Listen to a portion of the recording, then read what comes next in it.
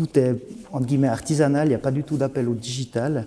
C'est entièrement de l'impression et ce qu'on appelle du transfert photographique. On peut jouer sur des effets de transparence qui sont hyper intéressants. On peut chevaucher divers encres et puis il y a une sorte de mélange, comme des couches. On met du vert sur du rouge, mais on arrive à une sorte de brun. On peut mélanger du bleu, du jaune, on arrive à des espèces de trames vertes. Puis ces jeux de superposition sont hyper intéressants. C'est là-dessus que je travaille actuellement. Au Musée des Beaux-Arts du Locle, j'avais prévu de présenter une série qui s'appelle Terre Promise, autour des espaces un peu irréels, qui ont un côté en même temps envoûtant, en même temps repoussant, et puis toujours avec une forte notion de philosophie et de réflexion.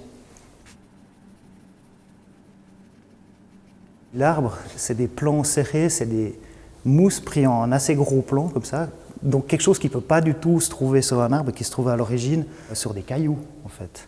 Puis j'aime bien cette espèce de distorsion comme ça, le sol aussi sur lequel la structure, l'arbre et les arbres reposent, c'est de la cendre d'un feu pris aussi en gros plan, et l'image se répète plein de fois. Ça crée un peu des structures étonnantes.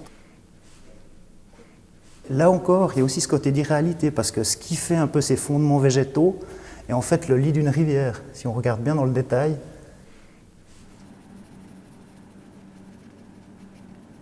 J'ai bossé beaucoup avec les fluos. Pourquoi ? Parce que pour moi, le fluo, puis ses couleurs excessives, reflètent un peu le monde d'aujourd'hui, le monde plastique, l'excès, la couleur, les filtres, qui sont une empreinte très forte sur notre environnement et puis qui vont peut-être le faire muter. On peut imaginer que dans 2000 ans, 5000 ans, on aura des espèces d'arbres qui auront muté avec les plastiques, les microplastiques, qui auront envahi les végétaux, puis ça crée une espèce de nature un peu post-apocalyptique. Je trouve qu'il y a ces espèces de jeux qui s'installent dans ces créations.